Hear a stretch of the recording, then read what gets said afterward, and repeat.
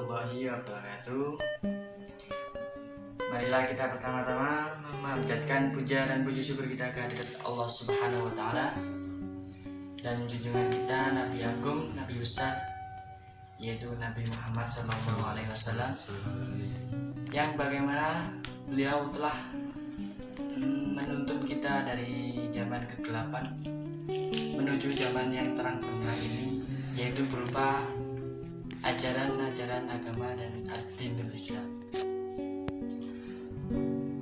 Yang pertama, saya mengucapkan beribu terima kasih kepada Ibu Zakiatus Saimah selaku dosen pengampu di kelas kami, yang lebih tepatnya di matkul usul fikih. Yang kedua, saya mengucapkan beribu terima kasih kepada teman-teman yang sudah antusias mengikuti tiap tema dari matkul usul fikih. Di sini saya akan melanjutkan tema sebelumnya, yaitu membahas tentang definisi Al-Quran 1, kedua kehujahan Al-Quran, ketiga perannya Al-Quran dalam hukum Islam, yang terakhir yaitu dalalah di dalam hukum Islam. Langsung saja ya guys. Oke, bismillahirrahmanirrahim. 1. Definisi Al-Quran. Jadi definisi Al-Quran itu pengertiannya secara bahasa, yaitu berasal dari kata qara'a yaqra'u, qira'atun Qur'anan, yaitu sesuatu yang dibaca atau sebuah bacaan. Sedangkan kalau menurut istilahnya itu sebuah kalam Allah yang diturunkan hanya melalui perantara malaikat Jibril ke dalam hati Rasulullah SAW dengan lafaz berbahasa Arab dan makna-maknanya sebagai hujjah atas kerasulannya. Jadi sebuah pengertian secara detailnya,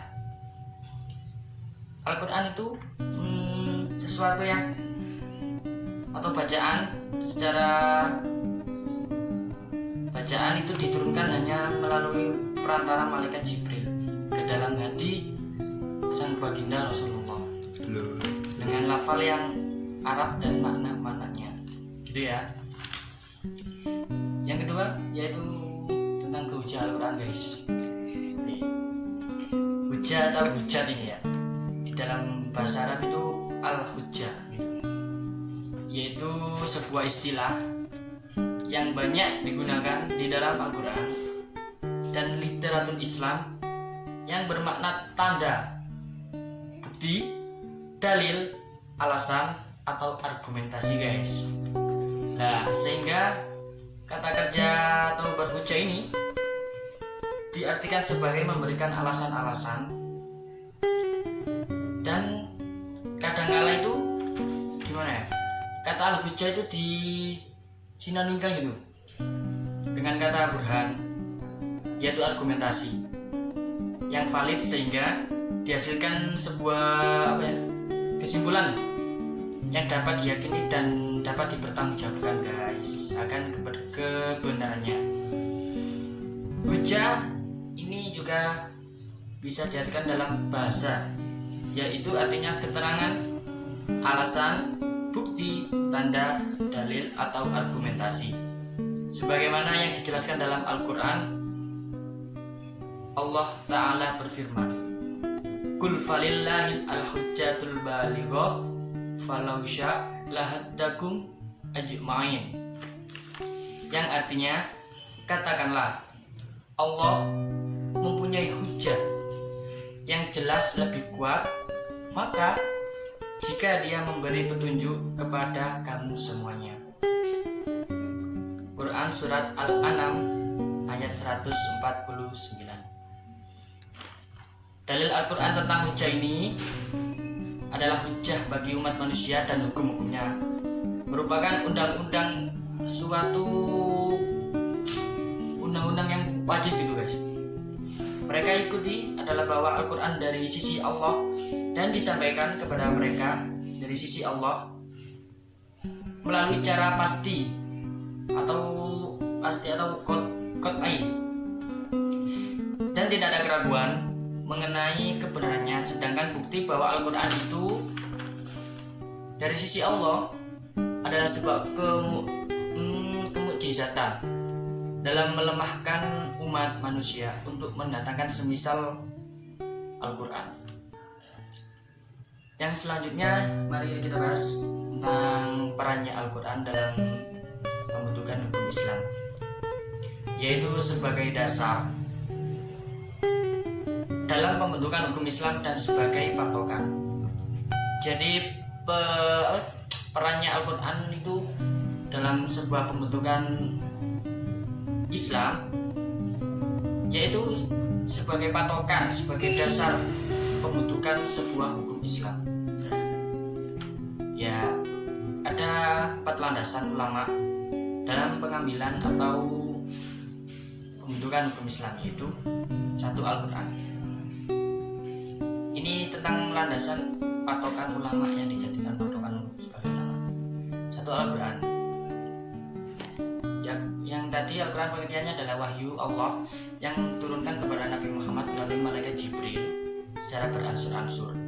Yang kedua itu adalah hadis, segala sesuatu yang berasal dari dan disandarkan kepada Nabi Muhammad SAW. Yang ketiga itu ijma, kesepakatan seluruh ulama dalam suatu masa, satu periode terhadap suatu hukum yang berlandaskan Al-Quran dan hadis. Yang terakhir yaitu qiyas, merupakan sumber hukum yang diambil dengan cara membandingkan kemiripan suatu perbuatan atau suatu hal yang belum ada di sumber hukumnya dalam suatu hal yang telah memilih dalil dari Al-Quran dan hadis.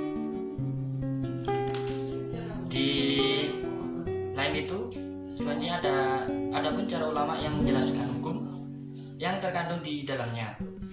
Yang satu itu secara rinci, atau bisa disebut juga kata lainnya juz'i, itu rinci terhadap sebagian hukum-hukum Islam yang dikandungnya, seperti yang berkaitan dengan akidah, hukum waris. Ya, yang kedua itu penjelasan Al-Quran terhadap sebagian besar hukum-hukum itu bersifat global, bisa dikatakan sebagai kulli, yaitu umum dan mutlak. Seperti dalam masalah sholat yang tidak dirinci beberapa kali sehari yang dikerjakannya, guys. Yang terakhir yaitu kedudukan hukum Islam terhadap Al-Quran. Ini sebuah sekilas ya. Nanti kalau ada kedudukan pendapat yang lain bisa dirundingkan di kelas nanti ya. Hukum Islam hukum Islam itu sebuah sistem kaidah yang didasarkan merujuk pada wahyu Allah Subhanahu wa taala dan sunnah Nabi Muhammad SAW mengenai tingkah laku mukallaf atau sering disebut orang yang sudah dapat dibebani kewajibannya dan diakui dan diyakini, yang mengikat bagi semua pemeluknya. Jadi kesimpulan yaitu sebuah tema hari ini adalah definisi itu Al-Quran itu sebuah kalamullah yang diturunkan hanya kepada malaikat Jibril dengan melalui perantara bahasa Arab dan makna-maknanya. Untuk yang hujjah itu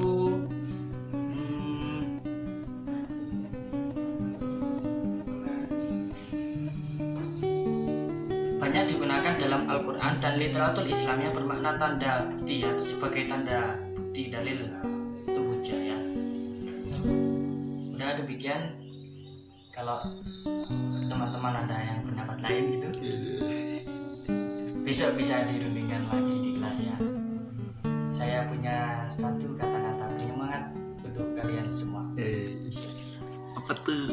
Jodoh itu mungkin tidak datang tepat waktu, tapi yakinlah bahwa jodoh itu akan datang di waktu yang tepat. Wassalamualaikum warahmatullahi wabarakatuh. Waalaikumsalam warahmatullahi wabarakatuh.